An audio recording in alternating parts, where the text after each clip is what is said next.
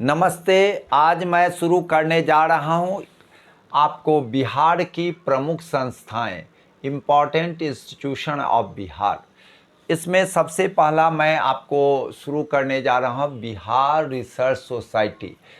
यह बिहार की सबसे पुरानी संस्थान है और आपको यह आप देख रहे हैं 20 जनवरी 1915 में यह स्थापित किया गया था। आप इसकी स्थापना में प्रयासकर्ता कौन थे? तो डॉक्टर काशीनाथ जायसवाल, जो बहुत बड़े इतिहासकार हैं। बिहार प्रसिद्ध ही नहीं, यह देश प्रसिद्ध ही नहीं, विश्व प्रसिद्ध यह आपको डॉक्टर काशीनाथ जायसवाल हैं, जिनके व्यक्तित्व, कृतित्व और वकृतित्व की अगर चर्चा किया जाए तो महीनों लगेंगे, क्योंकि इन्होंने अपना जीवन समर्पित कर दिया आपको इतिहास के शोध में और इतिहास के संवर्धन में। बिहार के इतिहास वह इतिहास नहीं है जो एक राज्य का इतिहास है। बिहार की प्राचीन इतिहास जो है एक देश की इतिहास है, क्योंकि एक काल नहीं, पूरे प्राचीन काल, चाहे हम आपको वैदिक काल से ले, चाहे हम धार्मिक आंदोलन बुद्ध और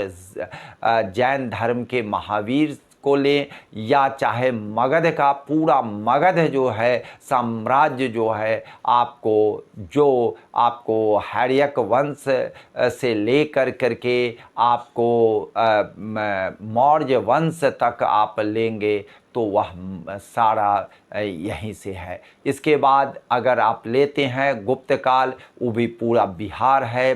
पूरा बिहार इसका इतिहास ही पूरा देश का इतिहास है। और अशोक के पीरियड में तो आप समझ सकते हैं कि इसका बॉर्डर जो है कितना दूर तक फैल गया है। और यह जो आप समझ सकते हैं डायरेक्ट मौर्य काल, बिंदुसार और अशोक के तरफ अगर हम बात करते हैं तो यह जो है यूनान मिस्र तक या इसका फैलाव था। आप इससे समझ सकते हैं कि आज भले ही कई देश में भारत बट गया है, पाकिस्तान, बांग्लादेश और अन्य कई टुकड़ों में कई देशों में चला गया, लेकिन आज भी यह जो है अखंड भारत की जो इतिहास है वह पूरे बिहार की इतिहास है। इसलिए बिहार के इतिहास को वह विश्व में फैलाने के लिए और अनेक चीज़ों को शोध करने के लिए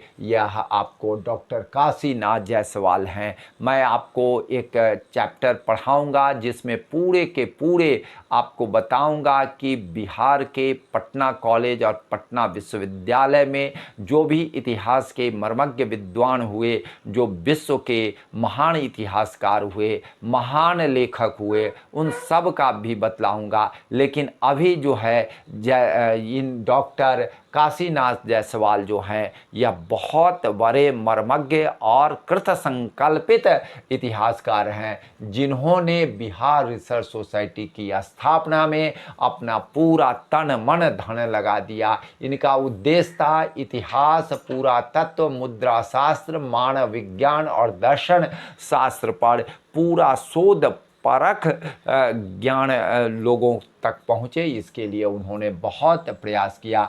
गौरवपूर्ण विशेषताएं हैं इसमें। एक व्यक्ति को और नाम आप जोड़ सकते हैं जो महापंडित राहु सांकृत्यायन थे, और वह राहु सांकृत्यायन आपको बता देते हैं कि यह राहु सांकृत्यायन द्वारा जो तिब्बत से लाई गई काफ़ी दुर्लभ प्राचीन हस्तलिखित जो पुस्तकें थी वह लाए हैं। मैं आपको बतला रहा हूं कि जब हमारे राज्य में, बिहार राज्य में 4 विश्वविद्यालय थे और उसमें तिलौरा जो है जिसको तिलधक कहा जाता है, तिलहारा भी उसको कहा जाता है, ठीक है ना, कई नामों से वह जाना जाता है, लेकिन तिलधक और तेल्हारा महाविहार जो उस समय विश्वविद्यालय था, वह हैर्यक वंश बिंबिसार, अजातशत्रु और उदायन के द्वारा स्थापित वह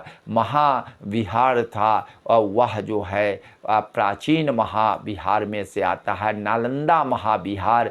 उसके बाद आपको कई अन्य महाविहार जो थे वह सब के सब, और विशेष करके मैं आपको बता दे रहा हूँ कि यह नालंदा महाविहार या तिलधक महाविहार या विक्रमशिला महाविहार, तो ये सभी महाविहार को एक व्यक्ति ने, और वह जो है बख्तियार खिलजी ने जला दिए। और उस जलाने के क्रम में बहुत सारे हमारे बौद्ध भिक्षुक जो है तिब्बत से आए हुए थे, उन्होंने अपने साथ हस्तलिखित कुछ पुस्तकों को बचाते हुए वह वहाँ तिब्बत ले गए। और वह तिब्बत ले गए सो बर्फ़ के कोटरों में, बर्फ़ के नीचे वह संभाल करके रख दिए कि वह जो है, क्योंकि बर्फ़ हर हमेशा वह बर्फ़ जो है जमा हुआ रहता है, और वह जमा हुआ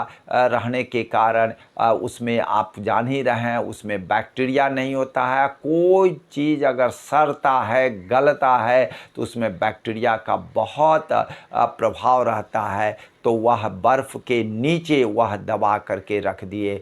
लेकिन यह जो हैं हमारे महापंडित राहुल सांकृत्यायन, जो बिहार के मर्मज्ञ ज्ञाता और आपको बौद्ध भिक्षुक के रूप में ये भी अपना जीवन समर्पित कर दिए, और यह जो है आपको जीवन पर्यंत घूमते रहे। घुमक्कर कवि, घुमक्कर विद्वान इनको कहा भी जाता है। और वह आपको श्रीलंका, तिब्बत से लेकर के भूटान, नेपाल सभी जगह वह गए। मैं आपको बता देता हूँ, इन्होंने अपने पीठ पर लाद कर ही नहीं, आपको जैसे तैसे बहुत सारी पांडुलिपियाँ जो है वहाँ से यह ले आए, और ले आकर के उन्होंने बिहार रिसर्च सोसाइटी में वह आकर के जमा कर दिए। आप यह समझ सकते हैं, यह पुस्तकों का संग्रह जो है 7वीं से लेकर 18वीं शताब्दी का संकलन था, और वह सारा संकलन यह जमा किए। आपको जान लीजिए कि इंडोलॉजिकल रिसर्च सोसाइटी का गठन के रूप में यह बिहार रिसर्च सोसाइटी का गठन हुआ। और यह जो है आपको बड़ी खुशी की बात होगी कि इसका भवन जो है, जब पटना संग्रहालय का भवन बना 1 फरवरी 1929 को, 1929 को 1 फरवरी 1929 को पटना संग्रहालय का जब भवन बना, तो उस भवन के उत्तर पश्चिम भाग के 2 रूम दिया गया बिहार रिसर्च सोसाइटी को। और इसका गठन जो है आप समझ सकते हैं, जो तत्कालीन लेफ्टिनेंट गवर्नर सर स्टुअर्ट बेली जो थे, उन्होंने एक बैठक में आपको इसकी गठन किया था। उस समय उसका नाम था बिहार ओडिशा, मीन्स आज जो उड़ीसा है आज ओडिशा कहलाता है, लेकिन वह उड़ीसा था। बिहार एवं ओडिशा रिसर्च सोसाइटी की स्थापना की।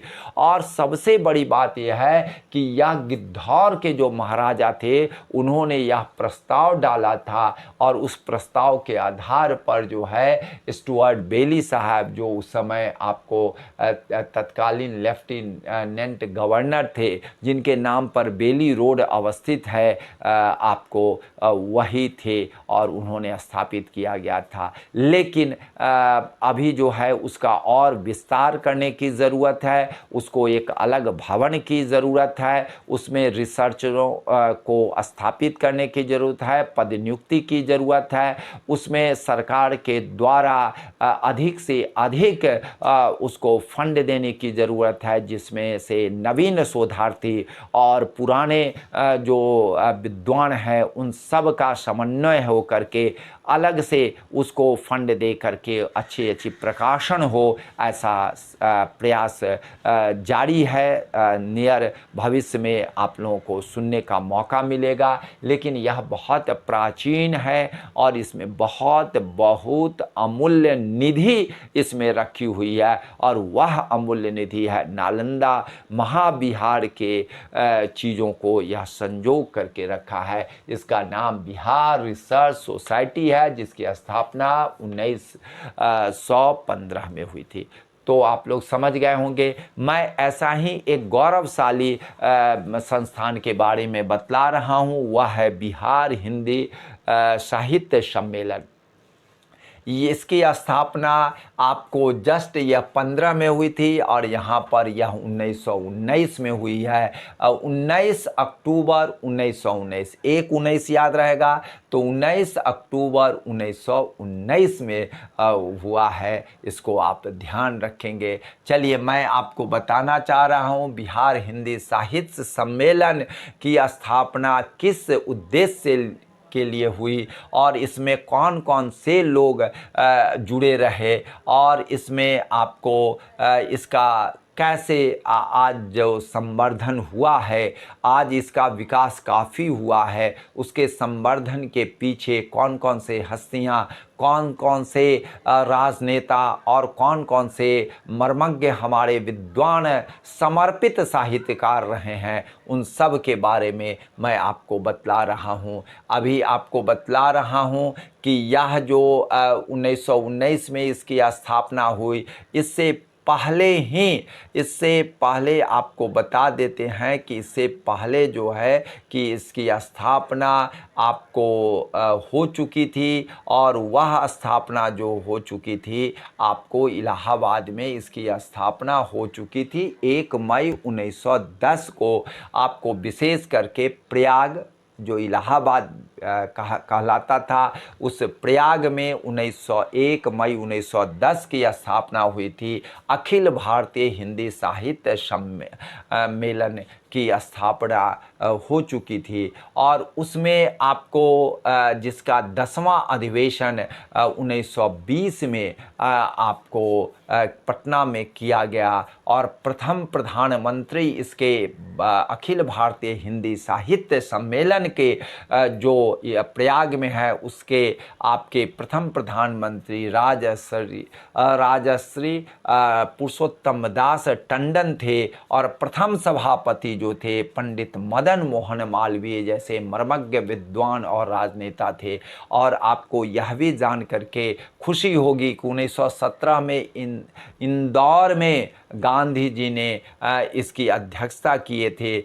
आज भी अखिल भारतीय हिंदी साहित्य सम्मेलन की विदेश में शाखाएं हैं, मॉरिशस और थाईलैंड जैसे देशों में इसकी शाखाएं हैं, और उसी का प्रांतीय स्तर पर इसका बिहार हिंदी साहित्य सम्मेलन का गठन हुआ 19 अक्टूबर 1919 में। बहुत सारे लोगों को यह पता नहीं है, आज के विशेष करके साहित्यकार तो जानते हैं, लेकिन परीक्षार्थी जो आज के जिज्ञासु विद्यार्थी हैं वह नहीं जानते हैं। वह जानते हैं कि यह जो है आपको बिहार हिंदी साहित्य सम्मेलन पटना में कदम कुआं में स्थापित है, लेकिन यह जो है सबसे पहला इसकी स्थापना जो है सो मुजफ्फरपुर में हुई थी। यह बात बहुत कम विद्यार्थी जानते हैं, लेकिन परीक्षा में यह पूछी जाएगी, इसलिए मैंने आपको बतलाया हूँ कि यह जो है इसकी स्थापना जो है आपको पहले मुजफ्फरपुर में हुई, और आपको उसके बाद जो है सो पटना में लाया गया। पटना में भी यह कभी मंत्री महोदय के घर में चलता था तो कभी किराए में चलता था, और बहुत जद्दोजहद करने के बाद आपको मैं बता रहा हूँ कि बनैली के राजा श्री कृत्यानंद सिंह थे। उन्होंने उस ज़माने में आपको 10,000 रुपया, भले ही आज 10,000 रुपया बहुत कम लगता है, लेकिन उस समय हम समझते हैं कि यह लाखों रुपये के बराबर हुआ, और वह लाखों रुपया उन्होंने दिया। 10,000 रुपया उन्होंने दिया और 5-7 हज़ार लोग चंदे से इकट्ठा किए। फिर सरकार पर पोलाइट प्रेशर डाला गया, निवेदन आरजू किया गया, तो कुछ सरकार से मदद मिली, तब जा कर के छविनाथ पांडे वगैरह जो कृत संकल्पित जो आपको साहित्यकार थे, उन लोगों ने बड़े प्रयास से, और कुछ लोग कर सेवा के द्वारा अपने हाथों से ढो करके बुजुर्ग साहित्य अपने हाथों से वह बिल्डिंग बनाया है, जो आज दिव्य ही नहीं भव्य दिखता है। मैं आपको बता रहा हूँ कि इसकी पहल में हमारे प्रथम राष्ट्रपति डॉक्टर राजेंद्र प्रसाद, जबकि उस समय राष्ट्रपति नहीं हुए थे, और बिहार के प्रथम मुख्यमंत्री के रूप में जो सम्मिलित हुए थे, वो भी थे श्री कृष्ण बाबू, जो द्वितीय मुख्यमंत्री के रूप में। वैसे आपको स्वतंत्रता प्राप्ति के बाद तो वह प्रथम हुए, लेकिन उनसे पहले मुख्यमंत्री 1937 में दूसरे बने थे।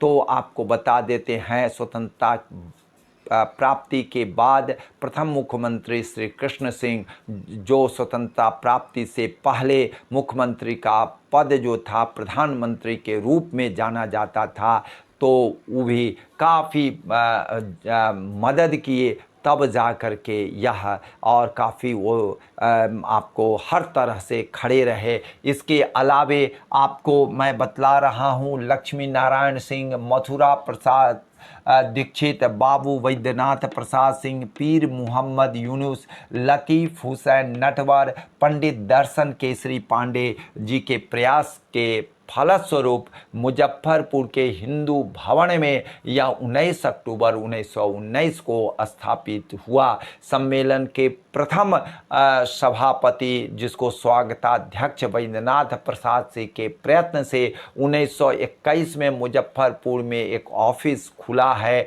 और इसका 19 अक्टूबर 1919 को जिनकी सभापतित्व में मीन्स अध्यक्षता में यह निर्णय लिया गया स्थापना का, वह जगन्नाथ प्रसाद काव्यातीर्थ थे। बहुत मर्मज्ञ विशिष्ट विद्वान आते हैं, उन्होंने इसकी सभापतित्व किया था। मैं आपको बता देता हूँ कि पूर्व में मुख्यालय मुजफ्फरपुर में था, मैं बार बार आपको बता रहा हूँ, जहाँ से 1935 में मुख्यालय पटना आ गया। 1937 में कदम कुआं में बिहार सरकार ने ज़मीन प्रदान की, और उस ज़मीन पर आपको बताए हैं बनैली के राजा जो श्री कृत्यानंद सिंह ने है, वह 10,000 रुपया और अन्य चंदा से 5-7 हज़ार रुपया का सहयोग मिला, सरकार से भी सहयोग मिला, तब जा कर के यह जो है भवन जो है 1938 से शुरू हुआ। लेकिन क्विट इंडिया मूवमेंट में बहुत सारे साहित्यकार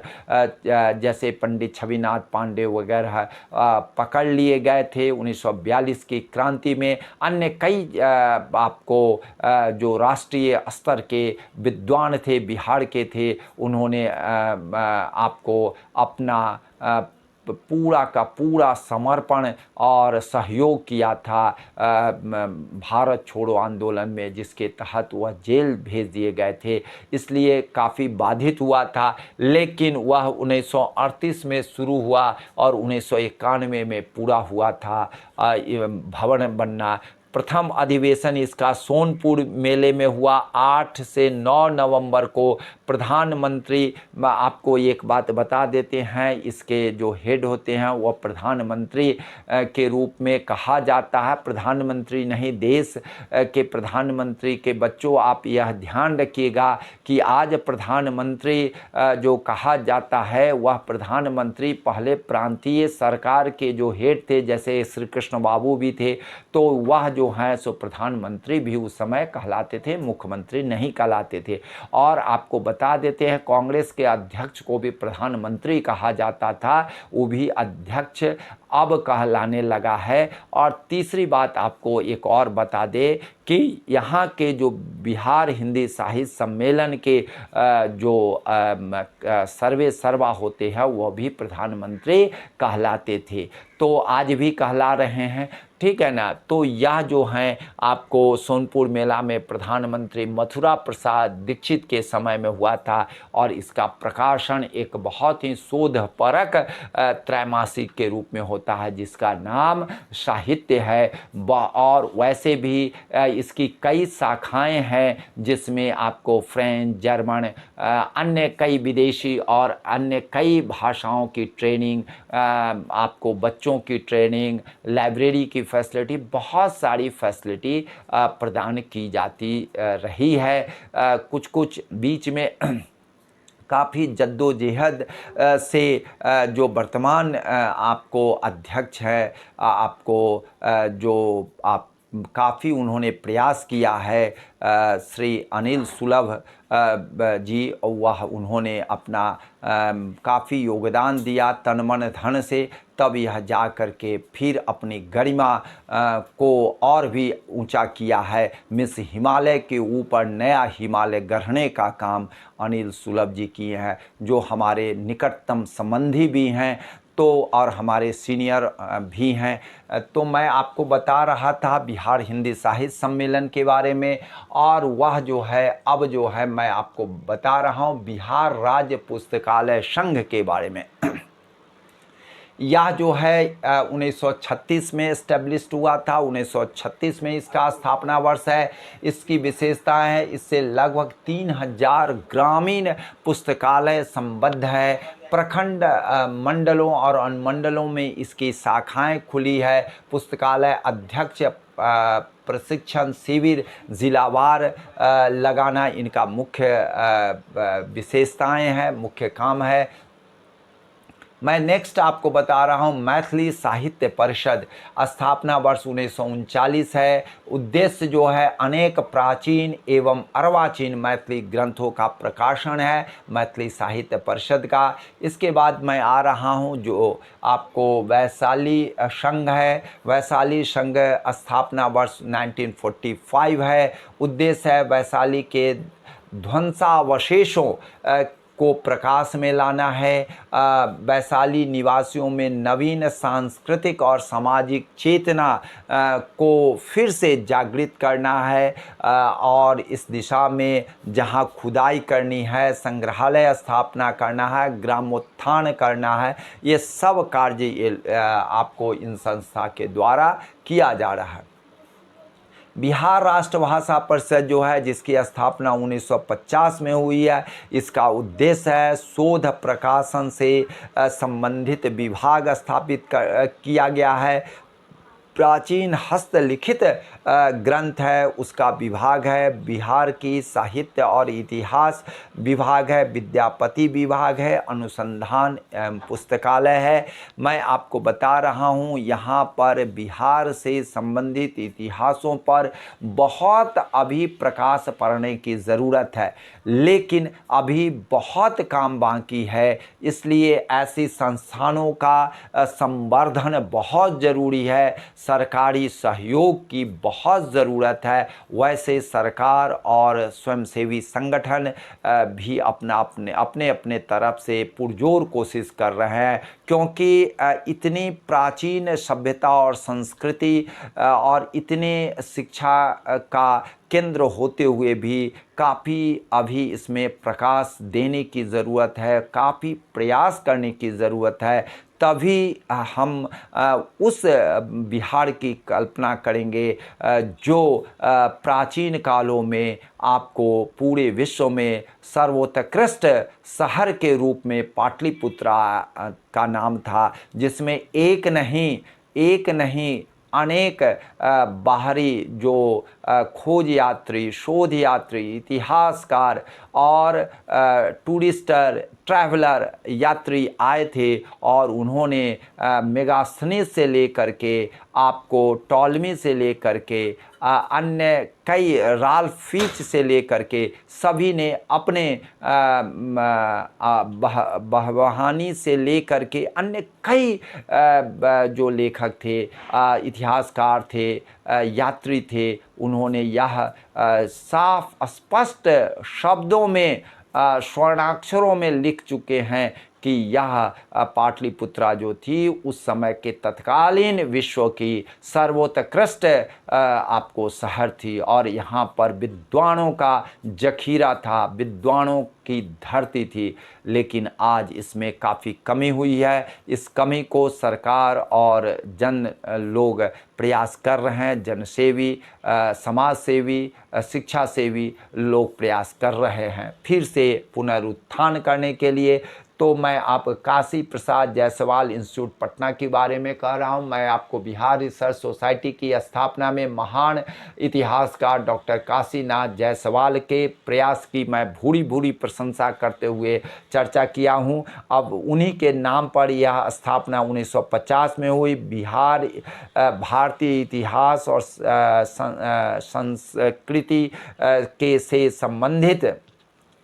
संस्कृति से संबंधित जो बातें हैं उसका अनुसंधान करने की ज़रूरत है और इसमें 3 खंडों में प्रकाशित प्राचीन, मध्यकालीन एवं आधुनिक बिहार का बृहत इतिहास इस काशी प्रसाद जायसवाल इंस्टीट्यूट द्वारा प्रकाशित किया गया है, जो एक अमूल्य धरोहर है। आज के शोधकर्ता को एकदम स्पष्ट रेखांकित और काफ़ी न्यूट्रल छवि को बनाते हुए उस पर शोधपरक यह पुस्तक हम सभी को एक दिशा निर्देश देने में अग्रणी भूमिका निभा रहा है। यह पुस्तक काशी प्रसाद जायसवाल इंस्टीट्यूट पटना के द्वारा प्रकाशित हुआ।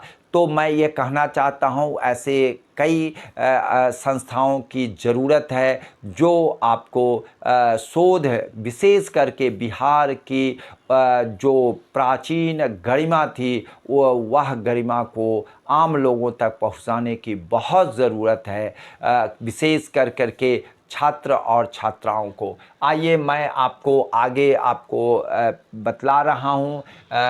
मिथिला संस्कृत विद्यापीठ दरभंगा में 1951 में स्थापना हुआ। इसका उद्देश्य संस्कृत भाषा एवं साहित्य की प्राचीन परंपरा को पुनर्जीवित करना, इसकी संबद्धता है बिहार विश्वविद्यालय से, यह संबंध है। मैं आपको बतला रहा हूँ संस्कृत जिसको देव भाषा कहा जाता है और जितनी भी प्राचीन पुस्तकें जो आपको प्रकाशित हुई और वह राष्ट्रीय ही नहीं अंतर्राष्ट्रीय स्तर पर ख्याति प्राप्त की, वह पुस्तकें आज की हमारी आधुनिक पुस्तकें उसमें बहुत ही कम आते हैं। सब जो भी गरिमा मिली, जो भी प्रतिष्ठा हमको विश्व स्तर पर मिली, वह प्राचीन संस्कृत पुस्तकें हैं। और अभी बहुत सारी पुस्तकें हस्तलिखित और बहुत सारी शोध अभी बाकी है। ऐसी संस्थानों की बहुत ज़रूरी है कि उन सभी पुस्तकों को, उन सभी हस्तलिखित जो आपको मटेरियल्स है उसको पुनर्प्रकाशन की ज़रूरत है, उस पर शोध करने की ज़रूरत है। क्योंकि जितने भी मनीषी हुए,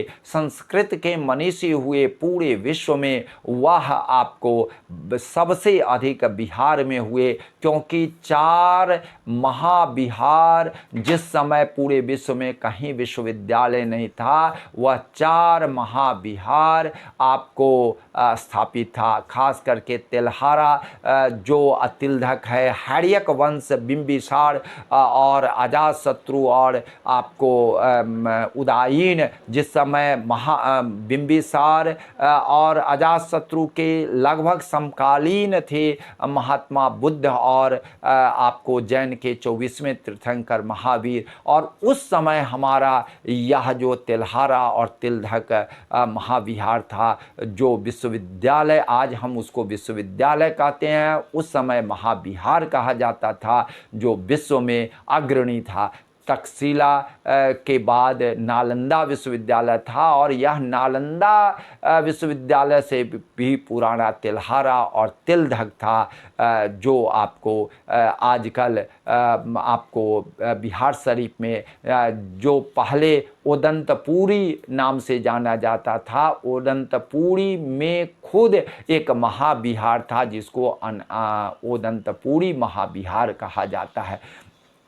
तो जहाँ पर चार और जहाँ पर पूरे विश्व, तत्कालीन जो विश्व थे, उस समय अमेरिका की खोज भी नहीं हुई थी, और तत्कालीन जापान से लेकर के इंडोनेशिया, जाकर्ता, कोरिया, ताइवान, चीन से लेकर के श्रीलंका, मंगोलिया, वियतनाम से लेकर के आपको भूटान से लेकर के सभी देशों से विद्वान छात्र पढ़ने के लिए आते थे, और जहाँ द्वार पंडित होते थे और उनसे वार्तालाप में सक्षम होने के बाद ही आप नामांकन के लिए भीतर प्रवेश कर सकते हैं। जिसके द्वार पंडित 18 से अधिक भाषाएं में बोलने में समर्थ थे, आप समझ सकते हैं कितने विद्वान वहां पर रहते होंगे। और एक विद्वान ही नहीं रहते थे, वहां पर अनेक विद्वान रहते थे और उस आपको वह पढ़ाते थे। आप यही समझ जाइए कि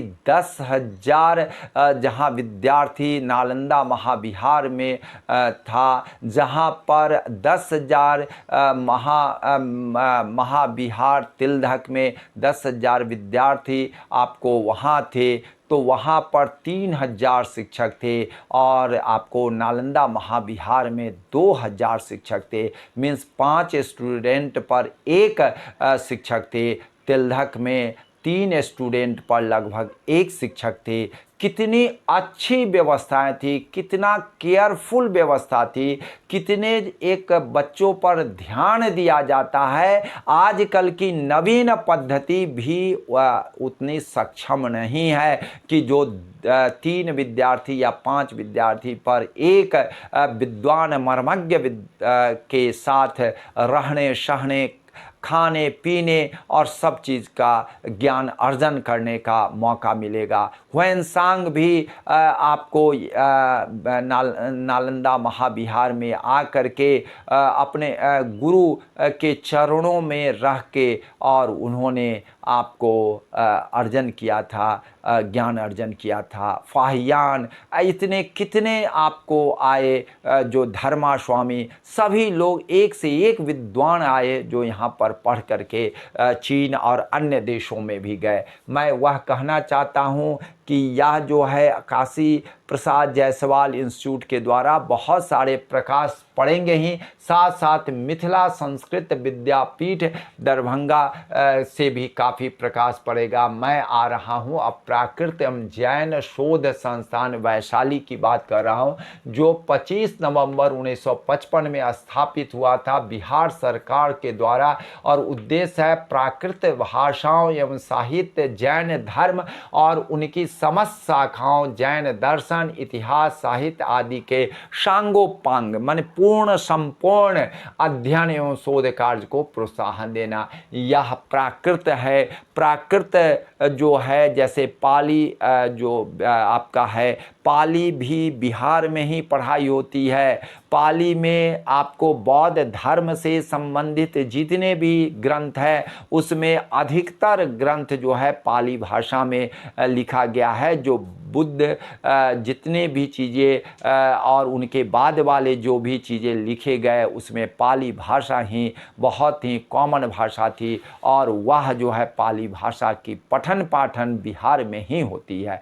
और प्राकृत जो जैन धर्म का बहुत बड़ा स्रोत है, वह जैन धर्म की अधिकतर पुस्तकें प्राकृत में लिखी गई है। इसीलिए प्राकृत और जैन शोध संस्थान जो वैशाली में है वह आपका जैन धर्म और जैन संस्कृति के बारे में यह शोध कार्य करती है। मैं आपको बता रहा हूँ, एक कला भवन है, पूर्णिया सांस्कृतिक संस्था है जो 1955 में स्थापित हुआ था। ललित तथा उपयोगी कलाओं का प्रचार प्रसार एवं विकास, ललित तथा उपयोगी कलाओं की समन्वित शिक्षा का प्रबंध, कला के प्रति प्रदर्शन तथा अन्य साधनों द्वारा जनता में अभिरुचि उत्पन्न करने का प्रयास, समय समय पर कलाकारों को सम्मान एवं पुरस्कार, संग्रह, कला संस्कृति एवं ऐतिहासिक महत्व के वस्तुओं का भी आपका संग्रहण करना इनकी मुख्य बातें सम्मिलित है। मैं आपको बता रहा हूँ, मेरा एक केंद्र जो है पूर्णिया में अवस्थित है, तो वहाँ पर मैं इस कला केंद्र में कई कार्यक्रम यहाँ हुए थे और उसमें मुझे भाग लेने का भरपूर मौका मिला, देखने का मौका मिला और इनकी बातों को जानने का मौका मिला। यह पूर्णिया जैसे शहर के लिए एक बहुत बड़ा वरदान है कि इसीलिए मैंने देखा वहाँ के बच्चों को, मैंने और बच्चियों को देखा कि वह कला मर्मज्ञ हैं। मैंने उस कार्यक्रम में आपको देखा, वह बच्चे को कथक और अन्य कई नृत्य कलाओं को प्रस्तुत करते हुए, नाटक को प्रदर्शित करते हुए, हमारे ही स्टूडेंट थे, हमारे ही छात्र थे। उन लोगों को देख कर के मैं अभिभूत हो गया और आश्चर्यचकित हो गया कि भाई इतनी कला मर्मज्ञ यह यशस्विनी, वर्चस्विनी, मनस्विनी, तपस्विनी यह विद्यार्थी हैं या छात्राएं हैं जो इतनी अच्छी प्रदर्शन कर रही है, यह बहुत ही अच्छा लगा। मैं आपको बता रहा हूँ, ये इसका मुख्य श्रेय जाता है आपको कला भवन पूर्णिया सांस्कृतिक संस्था को। मैं आगे और भी आपको बताना चाह रहा हूँ कि Arabic and Persian research institute की स्थापना 1955-56 में हुआ, सरकार द्वारा चलाया जा रहा है। अरबी फारसी के स्नातकोत्तर अध्ययन अनुसंधान के लिए सरकार द्वारा यह चलाया जा रहा। अरबी फारसी उच्च शिक्षोपरांत फाजिल की उपाधियां प्रदान करता है।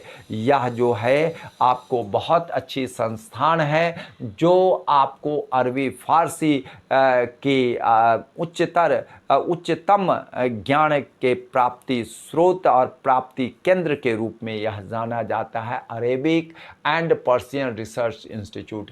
मैं उसके बाद बतला रहा हूँ बिहार उर्दू अकादमी। इसकी स्थापना 1975 में हुई है और पत्रिका का प्रकाशन जवानो अदब है।